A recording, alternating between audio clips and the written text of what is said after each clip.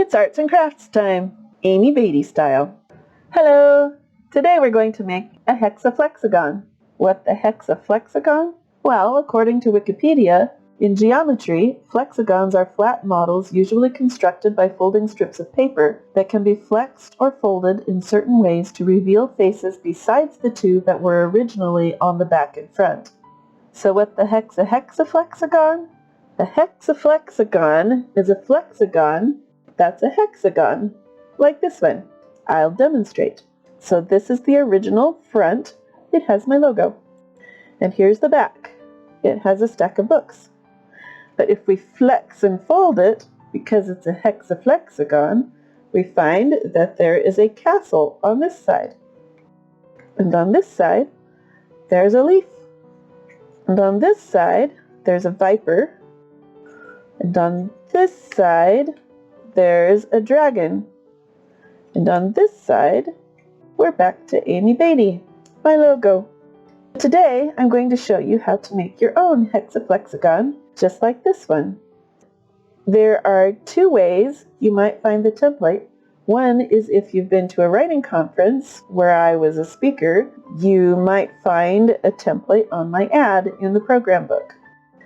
Otherwise, you can just print one out down below. If you print it out, it's going to look like this. And you'll notice that on this side is the template for the hexaflexagon that I just showed you. But on this side, there's a template for a blank hexaflexagon so that you can make your own and decorate it how you want. But today we're going to work on this hexaflexagon template over here. There are a couple of things I want to make sure that you notice. One is this up here. It says fold here first. And that means this line right here, the lengthwise way on the template. Right down the middle. And then over here, we have mountain folds, which go up like mountains, and they're indicated by dashed lines. And we have valley folds, which go down like a valley, and those are indicated by dotted lines. So if I hold this up here, you can see mountain folds, dashed line, valley folds, dotted line. So over here, here's an example of a mountain fold line. And here's an example of a valley fold line. Okay, another thing to notice is this little tab down here where it says glue goes here. We want to make sure that when we cut it out, we include that with the template. And here are the cute little scissors that tell us to cut it out around the outside edge. So let's do that first. We'll cut out our hexaflexagon.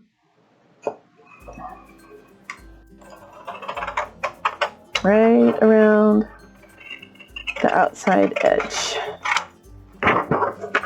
All the way around.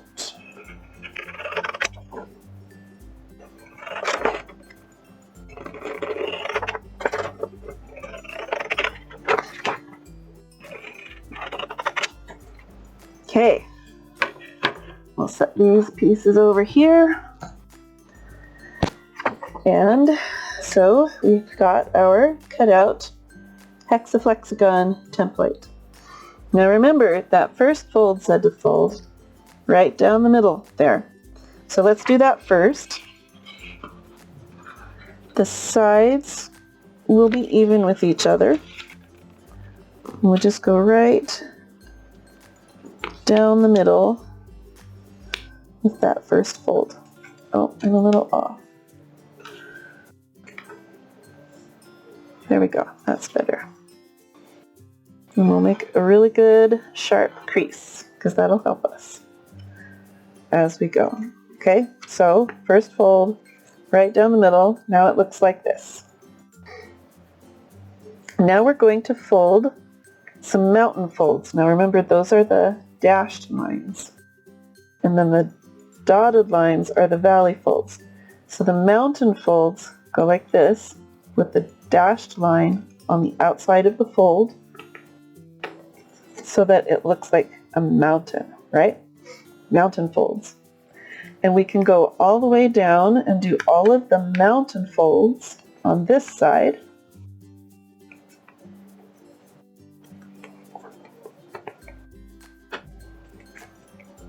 We get to the glue one, and that actually should be a mountain fold, but it isn't dotted. I mean dashed, but you can just go ahead and fold it. So now we've got all of our mountain folds on that side.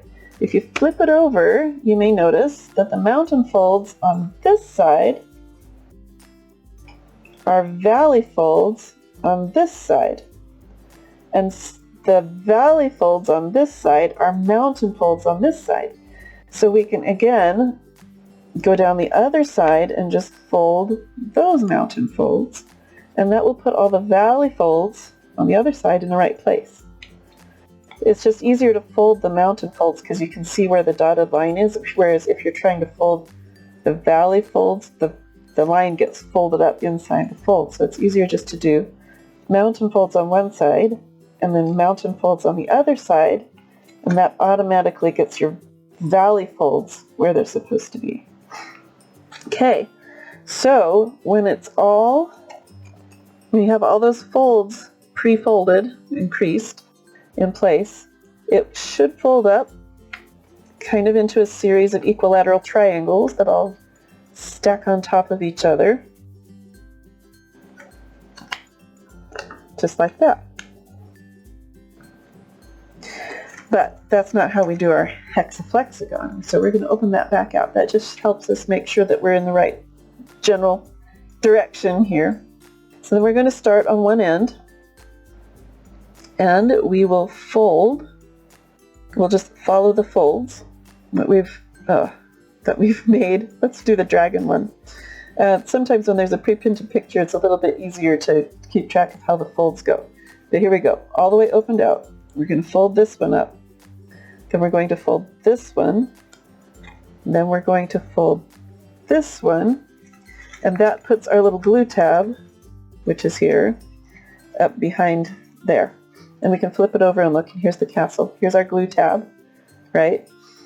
And right on this end, down here, there's an extra little, like the end one, makes a little pocket if you open it out. And that's where we're going to stick our glue tab. So when it's all folded up so that there's a castle on this side, and there's a dragon on this side, or whichever other pictures make complete pictures, you can do it with other ones. In fact, let me show you that. We did a castle and a dragon. Let's do the Amy Beatty. So we can just fold that around there, and this goes up here.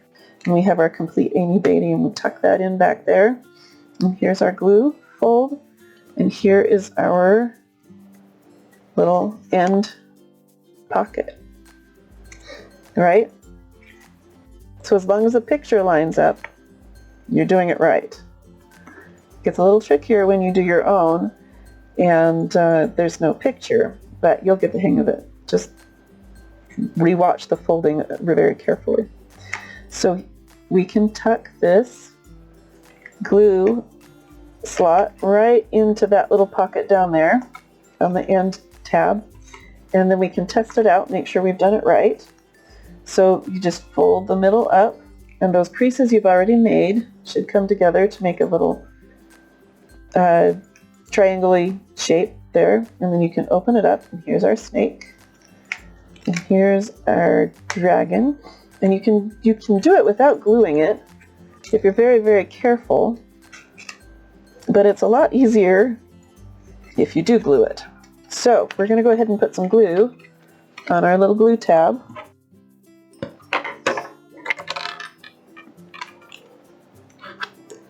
And just stick it on one side. That's good enough. You can do it on both sides if you want, but that gets messy. And one side will definitely hold it. So remember, this last little flappy bit that has a pocket, that's where we're going to stick our glue tab.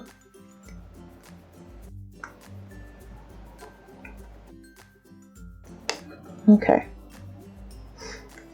Here we go. We're going to open that up hold it with my thumb. There we go. Okay, make sure that it's straight, lined up.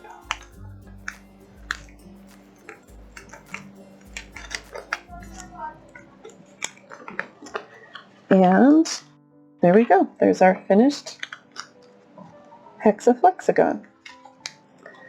And if you would like to know more about hexaflexagons, 𝐼𝐲 has a really good video that I will link to down below where she explains all about hexaflexagons. In fact, she's got a couple of hexaflexagon videos on her channel, and she does a much better job of explaining it than I do. So check her out, and I'd love to see pictures of your hexaflexagons if you make a hexaflexagon, and hopefully this will be as much fun for you as it is for me. It's an awesome little fidget toy. If you have fidgeters in your family, feel free to print as many as you would like, give them to your friends, give them to your family, and just go have a heck of a good time with your hexaflexing. And I will see you in another video. Bye-bye.